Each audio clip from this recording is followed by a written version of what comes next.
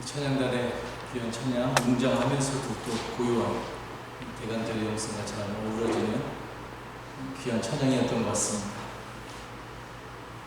오늘 우리가 대강절 세 번째 주일을 맞이합니다.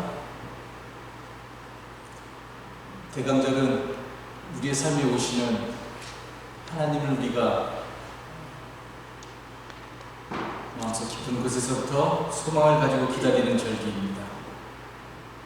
대강절 첫 주에 우리는 삭개오의 삶에 찾아오셔서 진정으로 우리가 어디에 거해야 하는지, 예수님이 진정으로 우리의 삶에서 어디에 거하시기를 원하시는지 하는 것에 대해서 살펴보았고, 대강절 두 번째 주일인 지난주에는 하나님께서 하란에 거하고 있었던 아브라함에게 찾아오신 이야기를 함께 나눴습니다.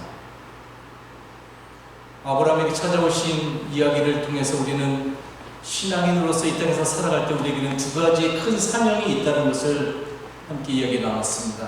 첫째는 우리가 이 땅에서 복이 되어야 하는 사명입니다.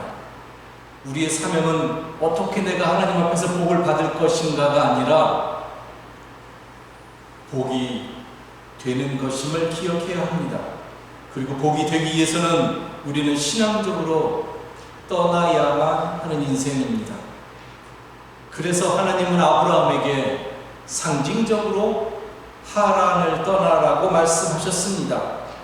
떠나는 것이 복을 이루는 길이기 때문에 하나님은 떠나라고 말씀하셨습니다. 오늘 우리 모두는 이 땅에서 복이 되어가는 귀한 신앙의 여정 속에 있는데, 그렇다면 우리가 날마다 떠나야 하는 우리의 하란은 무엇입니까? 하나님은 오늘 우리에게 친히 찾아오셔서 무엇을 떠나라고, 너는 무엇을 떠나라고 말씀하고 계십니까?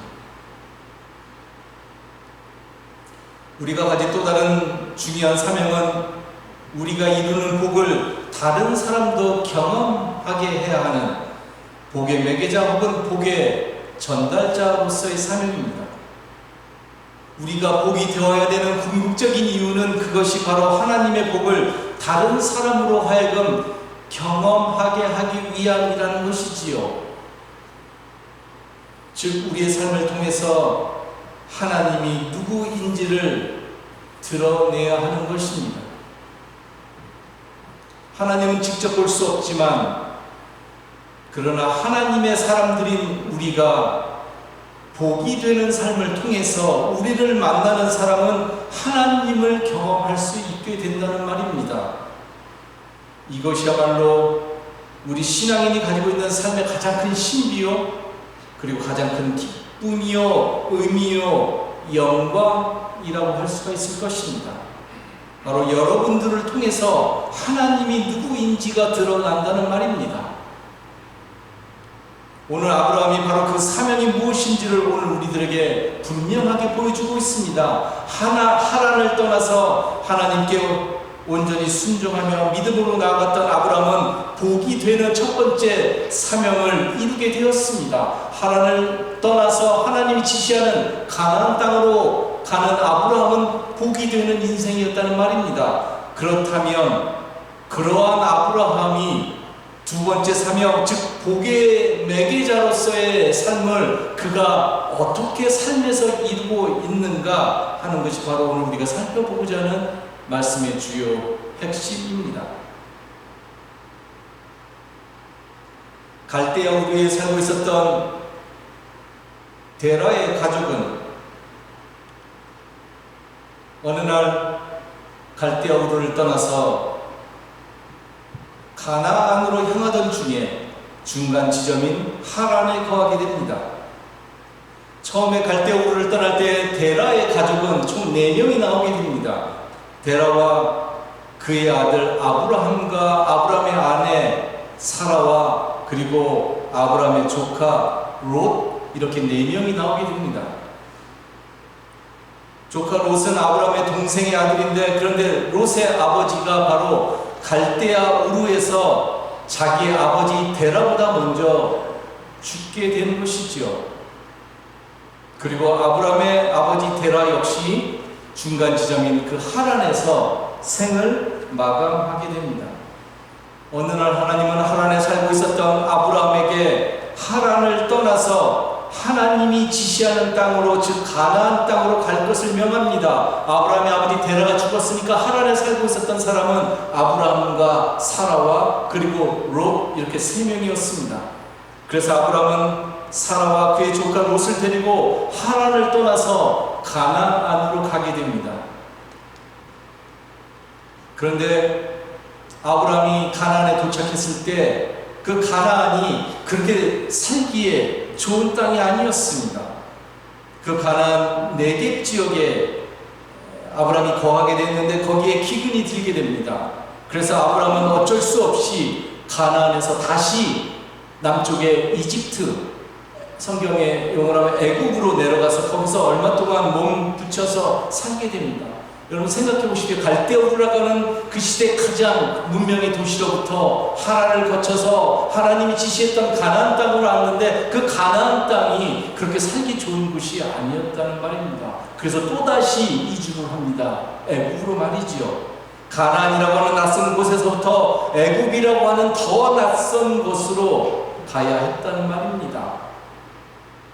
그리고 거기서 생활한 후에 다시 아브라함은 사라와 자기 조카 롯을 데리고 처음에 거주했던 그 네겝 땅으로 다시 올라오게 됩니다. 그런데 아브라함과 롯은 애굽에서 바로 왕으로부터 아주 많은 재산을 받게 됩니다. 왜 바로 왕이 그 많은 재산을 주었는지는 또 다른 스토리이기 때문에 오늘 다루지는 않겠지만, 아무튼 성경은 아브라함이 애굽에서부터 가나안으로 올라올 때 집짐승과 은과 금이 많은 큰 부자가 되었다고, 그리고 롯도 많은 양떼와 소떼와 장막이 있었다고 전하고 있습니다. 애굽에서 올라온 아브라함은 어디에 거하는가 하면 베델이라고 하는 곳에 거하게 됩니다. 베델과 아이 사이로 돌아옵니다. 이 베델과 아이 사이가 대단히 중요한 곳인데 어떤 곳인가 하면 아브라함이 하란에서 출발해서 가나안 땅으로 왔을 때 제일 처음에 머물렀던 곳이, 그가 처음에 머물면서 하나님 앞에 제단을 쌓았던 곳이 바로 베델, 히브리어로 하나님의 집이라고 하는 뜻입니다. 거기에서 아브라함이 제단을 쌓고 아브라함이 거기서 주의 이름을 부르면서 예배를 드렸다라고 성경이 말합니다. 그리고 나서 다시 애굽으로 간 다음에 아브라함이 어디로 돌아오냐면 바로 처음에 그가 하나님을 예배했던 그 베델로 돌아오는 것이죠. 이것은 단순하게 아브라함이 어디로 돌아왔는가라고 하는 어떤 지리적인 위치를 오늘 우리들에게 말하려고 하는 것이 아니라, 아브라함이 하나님과 어떠한 관계를 가지고 있었던 신앙인이었는가를 다시 한번 이런 식으로 우리들에게 보여주고 있다는 말입니다. 아브라함이 베델에 거했다는 거예요. 즉 제단을 쌓고 하나님의 이름을 부르고 하나님을 예배하는 그곳으로 아브라함이 다시 돌아왔다는 겁니다. 중요하죠. 이제부터 그렇다면 그곳에서 아브라함이 무엇을 보여줄 것인가 하는 것은 우리가 충분히 알고도 남음이 있겠죠. 하나님의 이름을 부르고 제단을 쌓고 하나님을 예배하는 자가 이 땅에서 어떻게 살아가는가 라는 말입니다. 시간이 얼마나 지났을까요? 아브라함과 조카 롯 사이에 문제가 생기기 시작합니다. 어떤 문제인가 하면 그들이 살고 있었던 그 땅이 두 사람이 살아가기에는 점점 비좁아지게 되는 것이었습니다. 아브라함의 가축이 점점 불어나고 롯의 재산이 점점 불어나니까 그 땅이 그 두 사람의 가족을 감당할 수가 없었던 것이지요. 늘어나는 가축을 감당할 목초지와 물이 그들에게 부족하게 되었다는 말입니다. 결국 아브라함의 목자들과 롯의 목자들이 그래서 다툼을 벌이기 시작합니다. 물과 땅을 서로 차지하고자 더 많은 물을, 더 많은 목초지를 자기들의 양떼에 먹이고자 경쟁이 치열하게 되었습니다. 성경은 그 당시에 그 지역에 가나안 사람과 브리스 사람도 그 땅에 살고 있었다고 덧붙입니다. 생각해 보십시오. 가나안이라고 하는 아주 불모지의 땅, 알 수 없는 땅으로 아브라함이 건너왔고, 그런데 이미 아브라함 이전에 그 땅은 브리스 사람과 가나안 사람도 있었다라고 성경이 이야기합니다. 무엇을 보여준가 하면 아브라함과 롯만이 그 땅에 있었던 것이 아니라 오히려 아브라함과 롯은 그 땅에 빌붙은 사람들이었고 다른 사람들도 함께 있었기 때문에 땅은 너무나 제한적이었고 결국 두 사람의 공동생활은 더 이상 지속되기 어려운 상황이었다라는 것을 보여주는 겁니다. 위기인 것이지요. 함께 살아갈 수 없는 공동체 삶이 아브라함과 롯에게 닥쳤습니다. 이제부터 아브라함이 우리가 상상하지 못하는 놀라운 일을 벌이기 시작합니다. 믿음의 사람, 하나님을 예배하고 하나님의 이름을 부르고 하나님께 제단을 쌓는 사람이 이 땅에서 어떻게 살아가는 것인가? 아브라함의 인격과 아브라함의 품성과 아브라함의 신앙의 빛을 발하는 순간인데 오늘 그것을 성경 말씀은 이렇게 전해주고 있습니다. 너와 나 사이에 그리고 너의 목자들과 나의 목자들 사이에 어떠한 다툼도 있어서는 안 된다. 철저하게 평화주의자였죠. 샬롬을 주장하는 사람이었죠. 우리는 한 핏줄이 아니냐. 네가 보는 앞에 땅에 얼마든지 있으니 이제부터 따로 떨어져 살자. 네가 왼쪽으로 가면 나는 오른쪽으로 갈 것이고 네가 오른쪽으로 가면 나는 왼쪽으로 가겠다라고 말합니다. 예, 한마디로 땅 선택권을 여러분 그 당시에 이 팔레스타인에서 땅의 선택권이라고 하는 것은 삶의 모든 거예요. 생존에 관계되는 모든 거라는 말입니다. 그것을 조카 롯에게 양보를 합니다. 당시 문화에서 연장자이자 가문의 가장이었던 아브라함 첫째 아들 아닙니까? 그리고 롯은 조카 아닙니까? 이건 상대가 되지 않는 거예요. 차별적인 사회 속에서는. 그런데 아브라함이 먼저 롯에게 그것도 땅을 선택하라고 제안을 하는 거죠. 있을 수 없는 너무나 파격적인 제안을 하기 시작합니다. 롯이 아브라함의 제안을 받아들이죠. 그리고는 눈을 들어서 요단 들판을 바라봅니다. 물이 너무나 풍부했는데 성경은 마치 그 땅이 주의 동산과도 같고 그가 눈을 들어서 요단 들판을 보니까 그 땅이 주의 동산 같았다고 말합니다. 그리고 이집트 땅과도 같았다. 뭐 이집트의 나일강 주변의 땅을 말했던 것이겠지요. 그만큼 푸르렀고 비옥했고 너무너무 살기 좋은 땅이었다라는 것입니다. 겉에서 보면 가장 비옥하고 풍요로운 땅이었습니다. 가축을 기르기에 최적의 장소였던 것이죠. 당연히 롯은 그 땅을 선택했고 그 즉시로 동쪽으로 그 땅을 향해 이동을 하기 시작합니다. 그런데 여러분, 롯이 선택한 땅에 대해서 그 다음에 성경이 무엇이라고 말을 하는가 하면 의미심장하게 이 말을 덧붙입니다. 그 땅에는 그 요단 들녘에는 소돔과 고모라가 있었는데 소돔 사람들은 악하였으며 주를 거슬러서 온갖 죄를 짓고 있었다 라고 성경이 이 말을 덧붙입니다.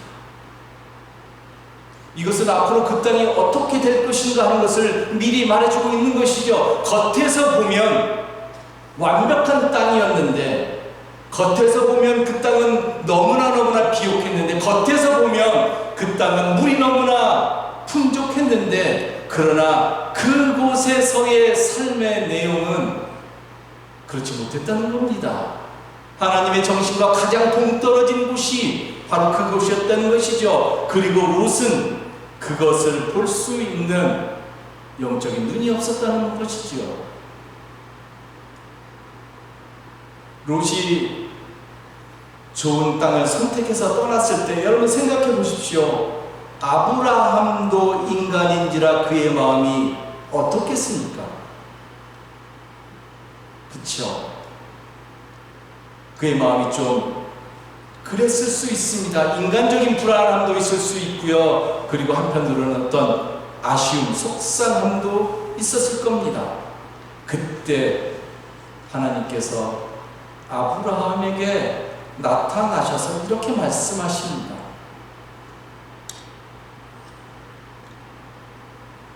너 있는 곳에서 눈을 크게 뜨고, 눈을 크게 뜨라는 거예요, 여러분. 눈을 작게 뜨면 무엇밖에 안 보입니까? 겉의 모습밖에 안 보이지요. 너 있는 곳에서 눈을 크게 뜨라는 거예요. 북쪽과 남쪽, 동쪽과 서쪽을 보아라. 내 눈에 보이는 이 모든 땅을 내가 너와 내 자손에게 아주 주겠다라고 말씀하십니다. 롯이 떠난 자리, 그 자리에서 하나님은 마음이 불안할 수도 있었을 아브라함에게 다시 찾아오셔서 하나님은 하나님의 약속을 더 깊이 그리고 더 넓게 확인시켜 주고 계십니다. 여러분, 우리가 하나님의 길로 걸어갈 때 인간적인 불안함이 우리를 엄습할 때가 있습니다. 그러나 그럴 때 하나님은 우리를 홀로 남겨두지 않습니다. 하나님 우리에게 반드시 찾아오셔서 우리에게 눈을 더 크게 뜨라고, 내가 너에게 어떠한 역사를 이루어가는지를 보라고 다시 한번 말씀하시는 하나님임을 여러분들이 믿으시면 좋겠습니다.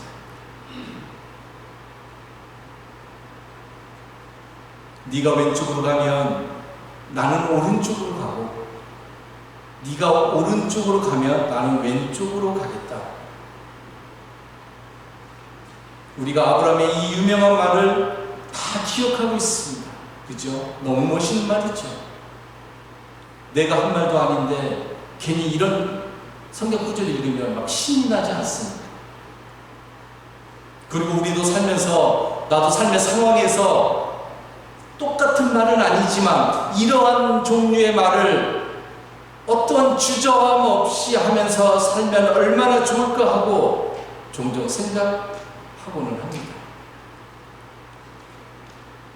그런데 우리가 아브라함의 이 말을 잘 이해해야 합니다. 이것은 아브라함이 얼마나 착했다든지, 아니면 그의 마음이 얼마나 너그러웠다든지, 아니면 그가 평상시에 땅에 그렇게 집착하는 사람이 않았다는 것을 말하려고 하는 것이 아닙니다. 아브라함의 인격이 얼마나 통이 크고 그가 얼마나 호탕한 사람이었는가를 보여주려고 하는 것도 물론 아닙니다. 성경은 사람을 그런 식으로 묘사하지 않습니다. 지금 성경이 보여주고 싶어하는 것은 아브라함의 됨됨이가 아니라 이러한 너무나 귀한 말을 하는 아브라함이 어떠한 아브라함인가라는 것을 우리에게 계속해서 보여주려고 하는 겁니다.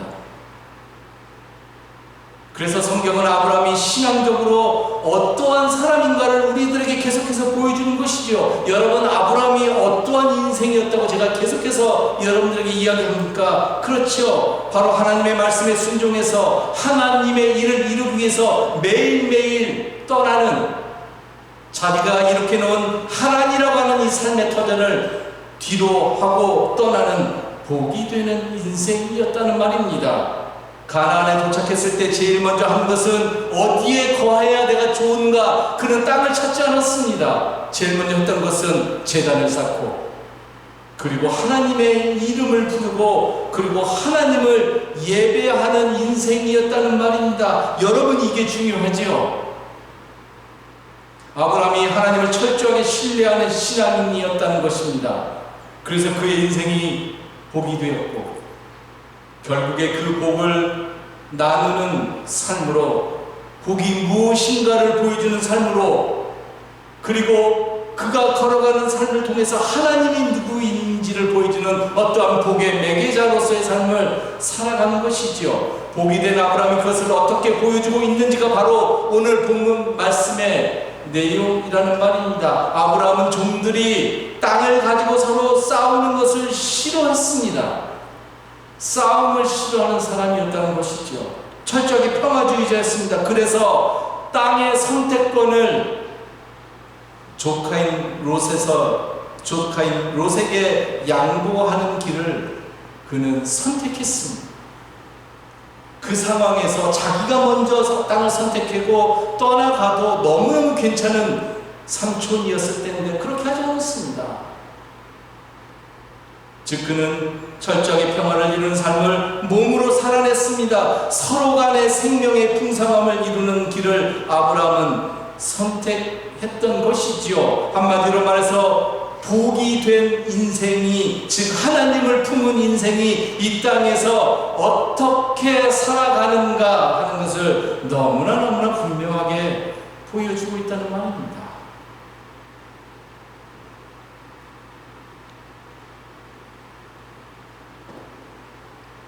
서로가 평화를 이루고 생명을 풍성하게 만들어가는 일은 복이 되는 사람들이 이 땅에서 걸어가는 삶의 내용입니다. 여러분들 이거 외우십시오. 복이 되는 사람은 어떤 사람들이냐? 마음에 평화가 있어야 됩니다. 그리고 생명을 서로 풍성하게 만들어가는 일을 선택하면서 살아가는 겁니다. 지난 가을, 그러니까 이번 10월을 말합니다. 10월, 11월, 지난 가을 우리 토론토 블루제이스가 포스트 시즌을 펼치면서 우리 모두를 아주 몇 주 동안 아주 기쁘게 해 주었죠. 지금도 그 월드 시리즈 생각하면 마음의 흥분과 그리고 아쉬움이 우리에게 다 남아 있습니다. 월드 시리즈를 가기 전에 이 아메리칸 리그랑 내셔널 리그는 이제 챔피언십을 벌이게 됩니다. 그래서 각자 1등이 서로 붙는 거죠. 월드 시리즈를 놓고. 토론토 블루제이스는 아메리칸 리그에 있었는데 그 아메리칸 리그 챔피언십을 시애틀하고 벌이게 되고 7차전에서 아주 극적으로 토론토가 우승을 하게 되죠. 그래서 이제 월드 시리즈를 진출하게 되었던 것입니다. 아메리칸 리그 챔피언십에서 토론토 블루제이스가 극적으로 우승했던 그날 밤에 시애틀의 어느 조용한 동네에서는 아주 특별한 일이 벌어지게 됩니다. 시애틀에 살고 있었던 우리의 토론토 출신의 사람들 혹은 캐나다 사람들이 우승에 대한 기쁨을 다르게 표현하기 시작했던 것입니다. 그날 밤 시애틀의 한 지역 병원에서는 갑작스러운 기부가 이어지게 됩니다. 기부자 명단에는 공통적으로 다음과 같은 작은 문구가 적혀 있었습니다. From Toronto, with gratitude. 우리가 받은 기쁨을 누군가의 치유로 돌려드립니다. 라고 하는 문구였습니다. 이 기부는 거창한 캠페인도 아니었고 SNS 챌린지도 아니었습니다. 그저 시애틀에 흩어져 살고 있었던 토론토 시민들이 우리의 기쁨을 누군가의 회복으로 나누자라고 하는 마음 하나로 자발적으로 움직인 것이었습니다. 보통 스포츠의 우승은 거리의 환호와 술집의 어떤 축제와 혹은 SNS의 폭발적인 반응으로 나타나는데 이들은 누가 시키지도 않았는데 아주 조용히 그리고 익명으로 그리고 따뜻한 마음으로 자신들의 그 우승에 대한 기쁨을 시애틀의 조그마한 한 병원의 환자들과 나누기 시작했다는 말입니다. 그리고 나서 토론토 블루제이스가 월드 시리즈를 하게 되었죠. 그런데 LA 다저스 선수 가운데 그 알렉스 베시아라고 하는 선수가 있었는데 그만 투수였는데 그만 갓 태어난 그의 딸이 그 월드 시리즈 그 기간 동안에 사망을 합니다. 그 딸이. 그래서 그 베시아가 이 월드 시리즈에 참여하지 못하게 되었습니다. 우승을 한 다저스는 우승컵을 베시아에게 바쳤고 그리고 블루제이스 투수진도 그 베시아의 소식을 중간에 듣게 됩니다. 월드 시리즈를 하는 도중에. 그래서 6차전과 7차전에서 베시아의 등번호인 51번을 그들의 모자에 술을 놓아서 쓰면서 경계에 임하고 그의 슬픔에 동참을 하기 시작했습니다. 이 행동이 카메라에 비춰졌고 다저스 팬들과 선수들에게 큰 감동을 주기 시작했습니다. 그러자 이번에는 다저스 팬들이 베시아의 등번호인 그 51번 51달러씩 토론토 시키즈 토론토 어린이 병원에 기부하자는 제안이 나왔고 이에 400명 이상이 참여하여 시키즈 병원에 처음에는 한 3만 불 정도 모였는데 계속해서 더 많은 기부자들이 참여해서 한 7만 5천 달러 이상을 기부하게 되었다는 겁니다. 이는 월드 시리즈 기간 중 토론토 블루제이스 팬들이 시애틀에 기부했던 그 기부에 대한 마음과 사랑의 보답이었습니다. 토론토는 시애틀에 기부하고 LA는 토론토에 기부를 하는 겁니다. 스포츠를 하다 보면 경기의 과일로 인해서 서로 미워하고 욕하고 눈살 찌푸리는 모습을 볼 때가 너무너무나 많지요. 심하면 서로 싸우고 멱살 잡고 거리의 폭력으로까지도 이어지기도 합니다. 스포츠로 인해서 서로의 평화가 깨어지는 것이지요. 그러나 이번에는 이들이 자신들의 그 벅차오르는 감동과 기쁨을 서로 연약한 자들을 돌보는 일로 서로 평화를 일으키고 샬롬 그리고 생명을 만들어가는 일로 가장 성숙하게 보여주었던 것입니다. 아브라함이 걸어갔던 길이었죠. 평화를 이루고 생명을 풍성하게 하는 일로 복이 되는 사람들이 걸어가는 모습을 이들이 보여주었다는 말입니다. 이러한 삶이 바로 복이 되는 인생들이 이 땅에서 만들어가는 삶의 모습이라고 생각합니다. 이러한 삶은 서로가 서로에게 생명을 풍성하게 경험하게 해주는 이야기인 것이죠.